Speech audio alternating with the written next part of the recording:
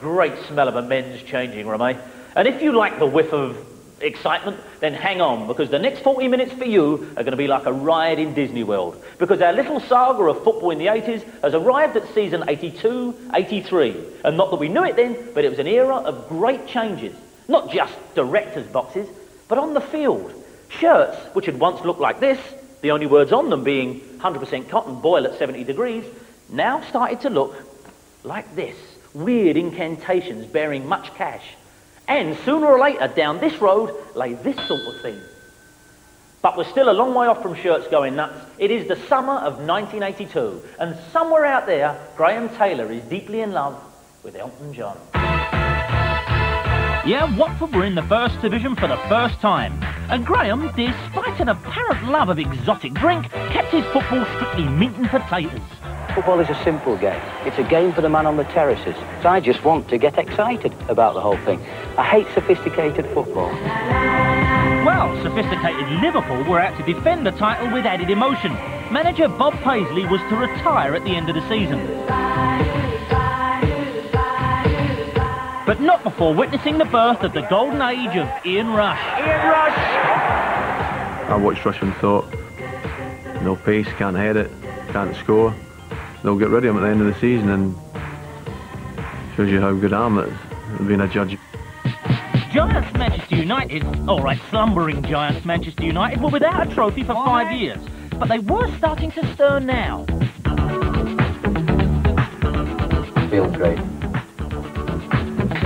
And they had an attractive squad under manager Big Ron Atkinson. I think we're possibly going to become the best team in the country. And I don't mean that tongue-in-cheek.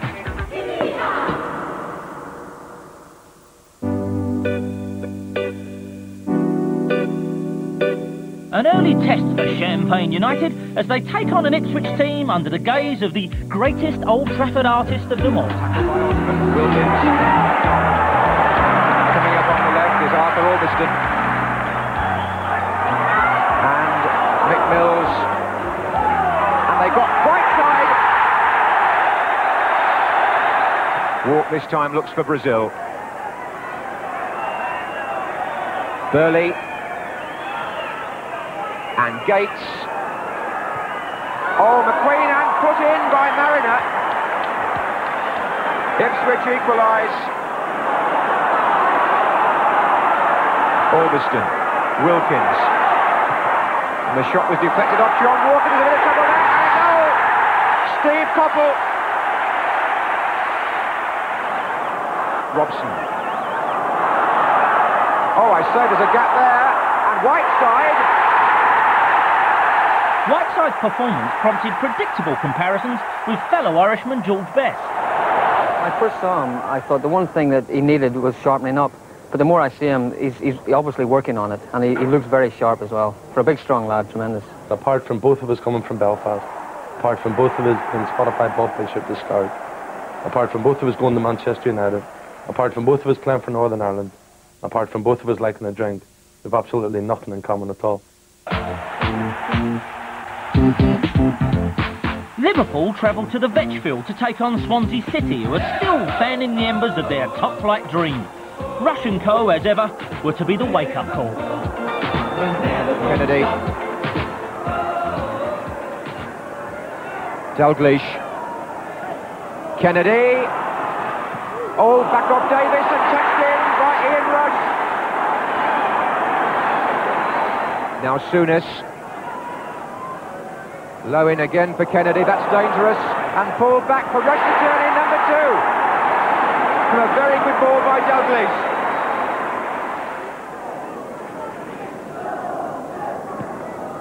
Dalglish off the chest to Johnston. 3-0. And it's now becoming very embarrassing for Swansea. The transfer coup of the season saw Tyneside welcome a future messiah. Some fans had queued since 2 o'clock this morning to share in the Geordie football revolution, and there was absolutely no doubt who they'd come to see. I'm at the stage in my career, I'm 31 years of age. The World Cup was very disappointing for me, and I think, and Southampton agreed that I needed a new challenge.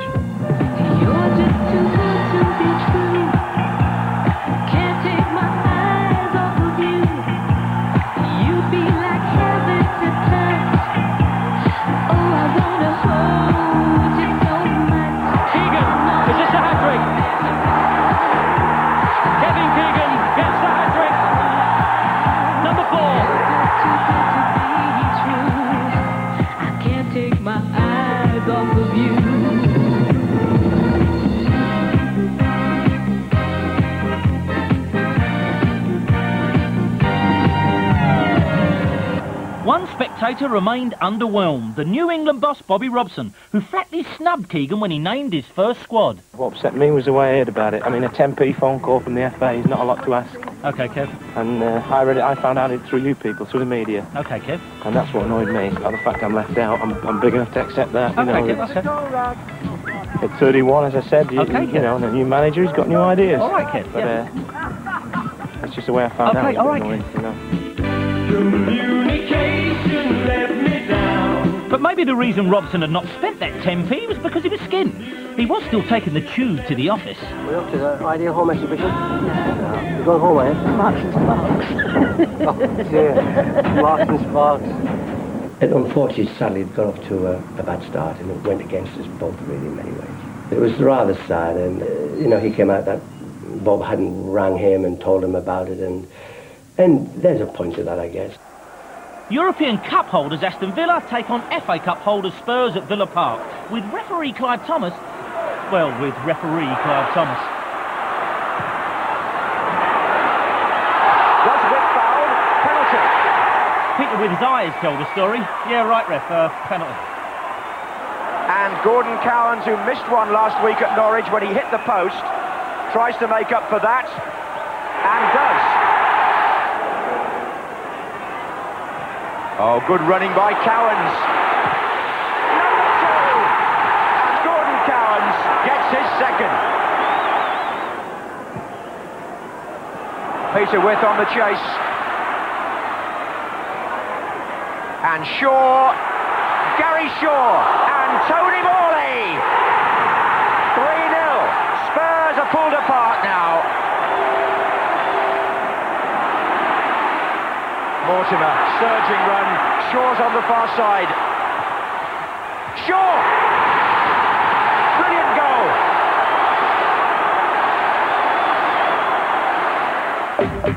Meanwhile, Villa's neighbours Birmingham have finally discovered why they're such a lousy side. There's a curse on their ground. Like everything, Ron Saunders takes it seriously.